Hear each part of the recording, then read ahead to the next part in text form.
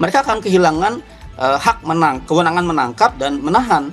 Kenapa? Karena harus menunggu perintah penyidik Polri. Berarti apa? Sangat berbahaya di tingkat penyidikan di penanganan narkotik, hutan, dan bea cukai, dan juga Komnas HAM terkait menunda dulu, tapi menunda juga untuk memperbaiki banyak pasal-pasal yang fatal karena berdampak serius kepada penegakan hukum. Jadi kenapa ditunda, Mbak? Pertama, di undang-undang ini disebutkan bahwa undang-undang ini berlaku per 2 Januari. Pertanyaan besarnya memang aparat kita sudah paham. Hakim, jaksa, polisi, masyarakat, advokat memang udah paham. Bahkan sampai sekarang kita belum dapat nomor undang-undang. Draftnya saja baru kita dapatkan per tanggal 18 November saat disahkan gitu. Bagaimana orang mempelajari, memahami, menggunakan itu sangat berbahaya, Mbak. Karena banyak penambahan kewenangan yang kita nggak jelas dasar dan lain-lainnya. Yang kedua, misalnya gini, Mbak, di pasal 93, 99 itu ada ketentuan penyidik PPNS dan penyidik tertentu di luar KPK, Kejaksaan, dan TNI AL itu nggak bisa menangkap dan nggak bisa menahan tanpa perintah penyidik Polri. Pertanyaan besarnya, bagaimana dengan penyidik-penyidik di BNN yang akan menangkap bandar-bandar narkotik?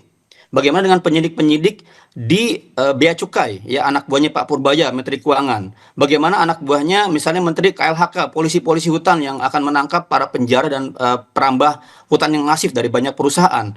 Mereka akan kehilangan kewenangan menangkap dan menahan. Kenapa? Karena harus menunggu perintah penyidik Polri. Berarti apa? Sangat berbahaya di tingkat penyidikan di penanganan narkotik, hutan, dan bea cukai, dan juga Komnas HAM. Terus juga apa lagi? Misalnya ada ketentuan soal RG, tadi yang dibilang oleh Menteri Hukum. RG ini sekarang kewenangannya bisa di level penyelidikan. Penyelidikan itu, Mbak, itu kan belum jelas siapa pelaku, siapa korbannya. Belum jelas ada tindak pidananya. Kemudian ke penyelidik polisi misalnya bisa melakukan negosiasi, bisa melakukan aksi-aksi untuk menuju damai. Artinya apa? Potensi ya kalau pengalaman kita sehari-hari, justru ini ajang untuk kemudian potensi kayak kasus DWP. Orang kan DWP itu kan ditangkap ya, kemudian diperas dengan tuduhan narkotik padahal dia pemerasan ya.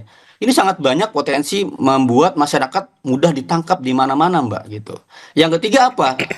Ketika misalnya ini berlaku 2 Januari, ada kebutuhan di undang-undang ini disebutkan kebutuhan 25 peraturan pemerintah. 1 peraturan presiden, 1 peraturan Mahkamah Agung. Ini kapan dibuatnya? Padahal pasal undang-undang membutuhkan penafsiran lebih detail di peraturan pemerintah. KUHP saja, Mbak, yang udah 3 tahun nih, itu ada 2 kali kejadian yang harus diperhatikan. 1, mandatnya ada 3 peraturan pemerintah. Sampai sekarang belum jadi, Mbak. Padahal mau berlaku besok di Januari. Yang kedua, ketika kita bilang dulu KUHP banyak bolong-bolong, dan sekarang diakui pemerintah dan DPR sedang menyusun namanya RUU penyelarasan pidana.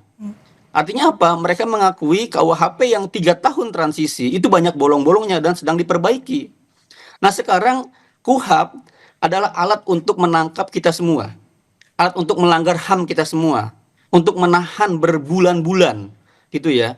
Maka kejadian Vina di Cirebon, kejadian pengamen di Cipulir, kejadian banyak salah tangkap, ini potensi kejadian. Kenapa? Karena ada ancaman ya, ketidakpahaman, kira-kira abuse of power di lapangan terjadi mungkin gitu. Jadi kita mendesak Pak Prabowo daripada nanti Januari kacau, BNN nggak bisa langsung menangkap ya, bea cukai gitu, atau juga banyak salah tangkap dan lain-lain, kita mending tunda dulu gitu.